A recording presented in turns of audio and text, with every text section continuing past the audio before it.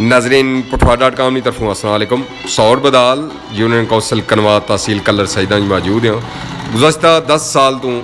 इस रोड पर थोड़ी जी रोड है, इतनी एक सियासत की गई। हालांकि इतने रहने वाले भी लोग से कुछ इहे जे लोग भी से जिन्हें इधर वास्ता ज़्यादा नहीं पैना सा, लेकिन असां शुक्रगुजार हैं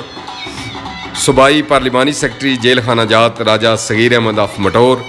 कि उन्हें पहली फुरसत पंजाब हाले तरक्याती काम शुरू नहीं होए और उत्थे इन्होंने लोगों वास्ते खास करी सौड़ बग्याल अरजाम सौड़ मम्याल और सौड़ बदाल वाले वास्ते यानी खादमे आला होने ना हक अदा करी छोड़िया जी। नाल शुक्रिया अदा करने जी चौधरी सजाद हुसैन UAE, इखलाक भट्टी साहब UK और बहुत सारे दोस्त। तो तुसां की वीडियो जिले रोड मुकम्मल होएगी तो सारे दोस्तों ने हवाले ना हो, इस रोड ने पूरी मुकम्मल मालूमात ने हवाले ना खिदमत पेश कर जंग जवान यूथ ही जे इन्हां की इन्हां कोल पुछां कि जेड़ा खास करी ते कम राजा सगीर होर कराने इस हवाले ना क्या आखने जी। राजा सगीर जनाब बहुत शुक्रिया अदा कर रहे हैं जिन्होंने साढ़े सौट बदाल ने हालात तक रोड ने इतने भी जाने के कोशियाँ बहुत गंभीर हालात साढ़े रोडा ने पैदल चलने भी काबल नहीं सी रोड है।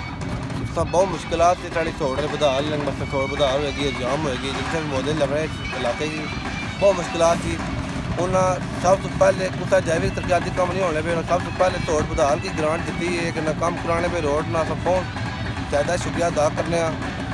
ना तुसा यंग जवान अगे क्या कर सो हुण असा इंशाअल्लाह असा अपने पूरे सौड़ बदाल ऐलान किया है कि अगलियां वोटां इलेक्शन अगले सारियां वोटां ने सगीर नहीं हो